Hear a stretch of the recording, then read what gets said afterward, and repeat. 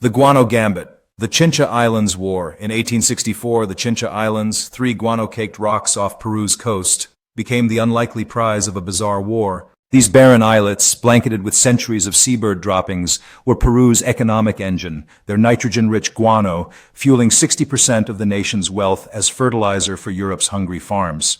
But Spain, itching to flex its fading colonial muscle under Queen Isabella II, saw a chance to seize the smelly fortune. The spark was an 1863 riot in Peru that roughed up Spanish immigrants. When Peru refused Spain's demand for reparations, a Spanish squadron of ironclads led by Admiral Luis Hernandez Pinzon stormed the Chincha Islands on April 14, 1864. With just 200 Peruvian guards, the islands fell fast. Spain's flag rose over the guano heaps and the governor was clapped in irons. Peru's pride and profits were at stake. Lima erupted in fury. President Juan Antonio Pizet mobilized the navy and called for allies. Chile joined in September 1865, enraged by Spain's bullying. Ecuador followed in January 1866, its small fleet ready to harass. Bolivia, though landlocked, declared war in March, banning Spanish ships from its ports. South America's Pacific Coast united, choking Spain's supply lines. The war was a naval brawl. On March 31, 1866, Spain bombarded Valparaiso, torching Chile's port, but the coalition held firm.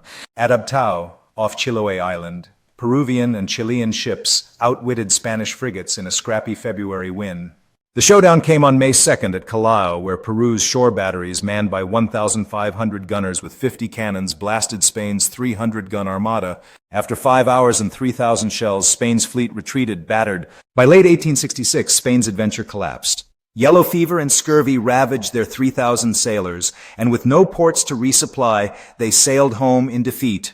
The guano stayed with Peru, Chile, and Ecuador, with Bolivia's support sealing the blockade. The war, costing 2,000 lives, cemented South American defiance, though the guano would dwindle by 1879, sparking a nitrate-fueled sequel. Countries involved: Peru, Chile, Ecuador, Bolivia, diplomatic support versus Spain. Winner: the South American coalition of Peru, Chile, and Ecuador, with Bolivia.